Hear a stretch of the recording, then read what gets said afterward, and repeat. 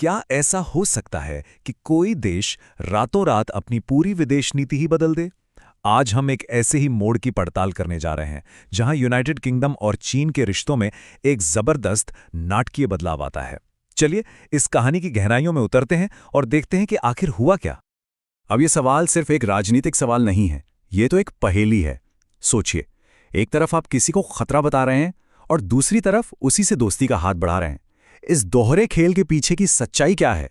यही वो गुत्थी है जिसे आज हम मिलकर सुलझाने की कोशिश करेंगे। तो सबसे पहले आइए इस अचानक आए यूटर्न को ही समझते हैं। ये कोई छोटा मोटा कूटनीतिक बदलाव नहीं है, बल्कि इसके पीछे एक बहुत बड़ा संकेत छिपा हुआ है।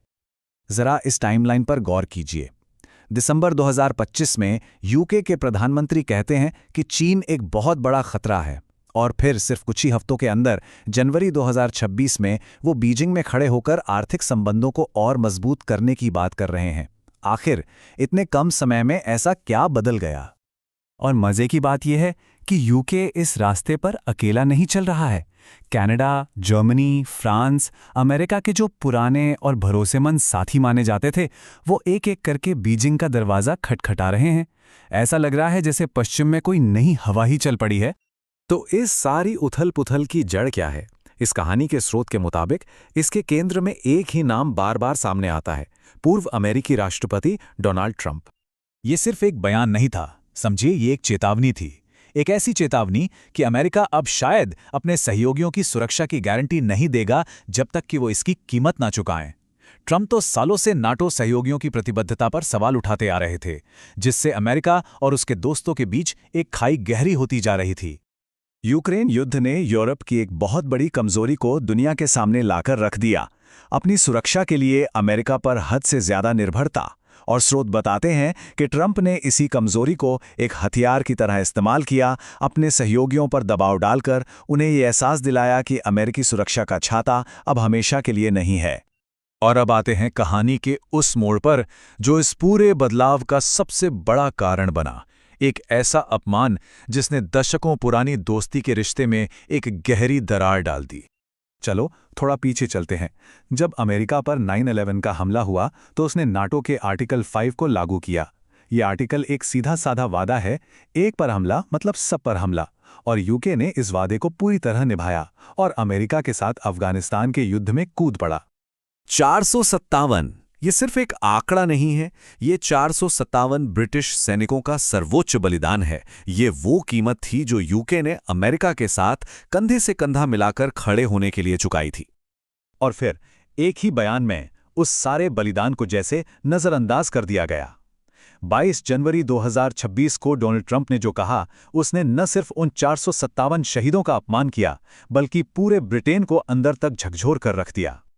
जाहिर है ब्रिटेन की तरफ से जवाब भी उतना ही तीखा और फौरन आया। प्रधानमंत्री स्टामर ने पलटवार करते हुए ट्रंप को उन 457 सैनिकों के बलिदान की याद दिलाई। ये एक राष्ट्रीय अपमान था जिसे ब्रिटेन किसी भी कीमत पर नजरअंदाज नहीं कर सकता था। लेकिन शायद तब तक बहुत देर हो चुकी थी। ट्रंप के इस यू टर्न ने सिर्फ ये साबित किया कि उनकी बातों पर भरोसा करना कितना मुश्किल है, और इससे सहयोगियों के मन में ये सवाल और भी गहरा हो गया कि क्या हम वाकई अमेरिका पर निर्भर रह सकते हैं?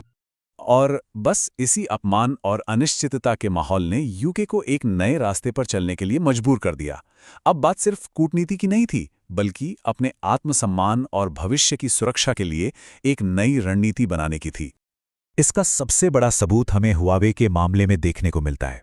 2020 में अमेरिका के दबाव में आकर हुआवे पर बैन लगा दिया गया, और अब 2026 में वही यूके चीन के साथ व्यापार बढ़ाने के लिए बीजिंग पहुंच गया है। ये नीतियों में एक जमीन आसमान का फर्क है। इस रणनीति को एक्सपर्ट्स डिप्लोमेटिक हेजिंग कहते हैं।